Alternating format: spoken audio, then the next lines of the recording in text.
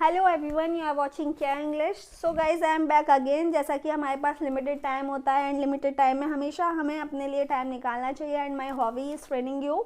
मुझे आपको ट्रेन करने में अच्छा लगता है क्योंकि मैं जितना सीखती हूँ मैं चाहती हूँ कि आप लोग भी उतना सीख पाएँ, उतना बोल पाएँ। सो जैसा कि हमारे पास लिमिटेड टाइम होता है, हमें लिमिटेड टाइम में बहुत कुछ सीखना होता है। एक क्लास में हम बहुत कुछ नहीं सीख सकते।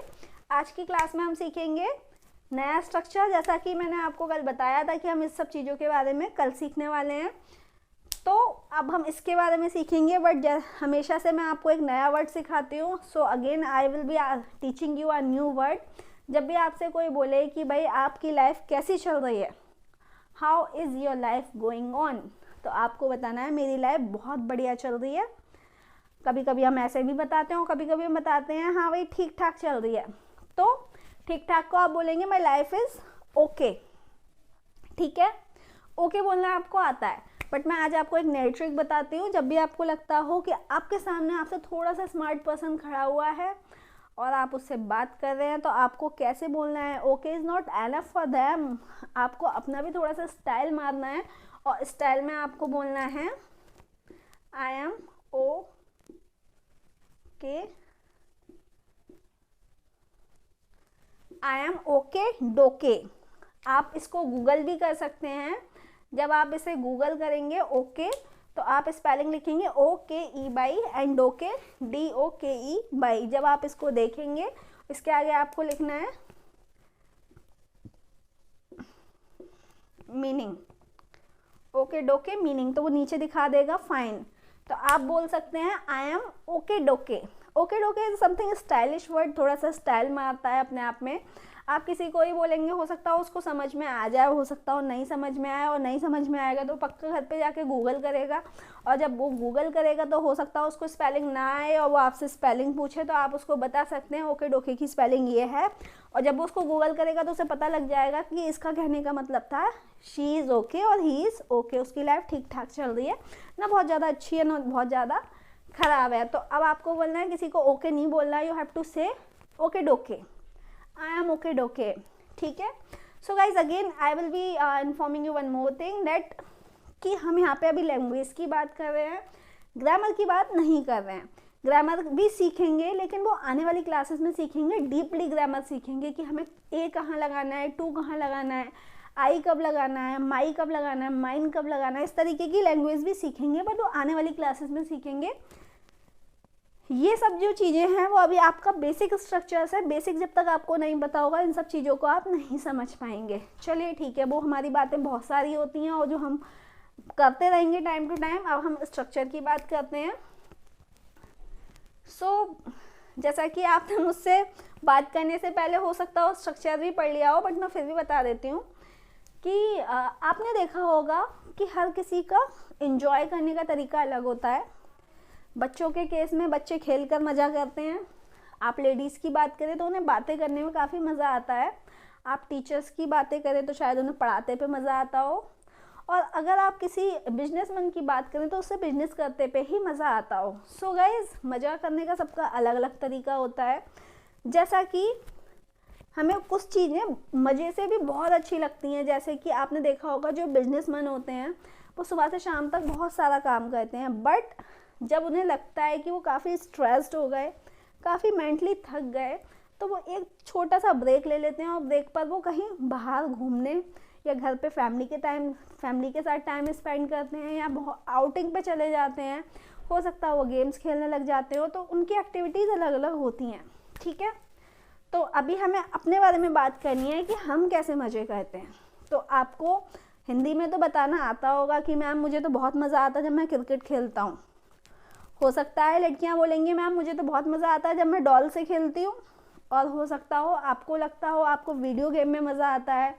बहुत सारे लोग अपना टाइम पास करते हैं मूवीज़ को देखकर, बहुत सारे लोग टाइम पास करते हैं अपना म्यूज़िक सुनकर, बहुत सारे लोग घर पे कुछ ना कुछ क्राफ्टिंग करते रहते हैं। तो सबकी एक्टिविटीज़ अलग होती हैं। बट अब हम इसे इंग्लिश में बोलना सीखेंगे। देखिए,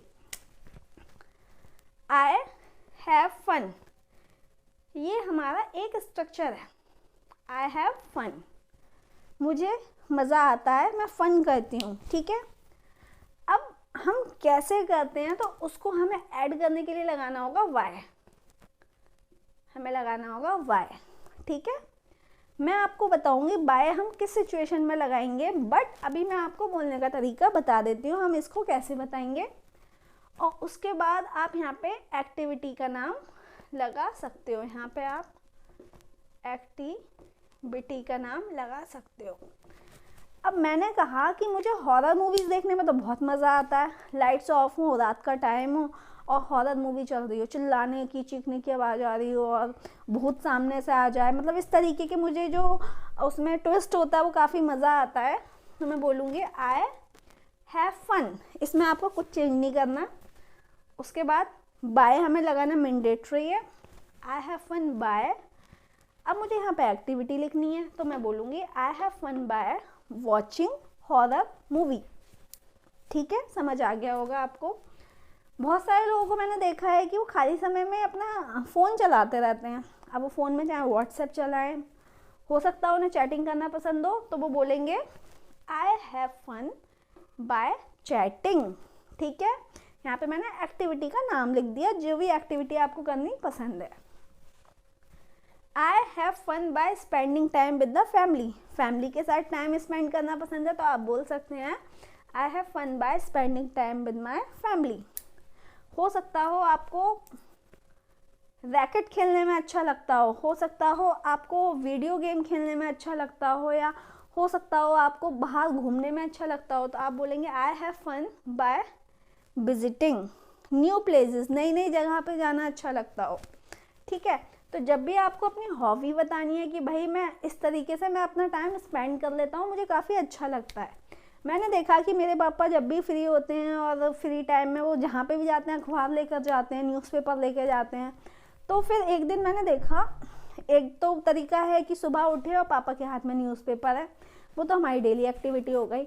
बट हमने क्या किया, एक बार हमने पिकनिक के लिए प्लान किया और मैंने देखा कि पापा अपने साथ न्यूज़पेपर रख रहे हैं। तो आई थॉट कि शायद पापा को न्यूज़पेपर पढ़ने में ही बहुत मज़ा आता है, मतलब नई नई स्टोरीज़, नए नए ट्विस्ट, नई नई कहानियाँ, अपडेट्स, इन सब चीज़ों में बहुत मज़ा आता है। तो पापा अपने बारे में बताएंगे I have fun by reading newspaper, I have fun by reading newspaper. तो गाइज आई होप कि आप अपनी एक्टिविटीज़ इस तरीके से बता सकते हो जिस तरीके से आप अपनी लाइफ में इंजॉय करते हो, चाहे वो मूवीज़ देखना हो, चाहे वो बाहर जाना हो, बाहर लंच डिनर करना हो, अपने फ्रेंड से मिलना हो, चैटिंग करना हो, बाइक चलाना हो, या आपको ड्राइविंग करना हो, या आउटिंग पे जाना हो, जो भी एक्टिविटी आपको पसंद है आप इस तरीके से बता सकते हो।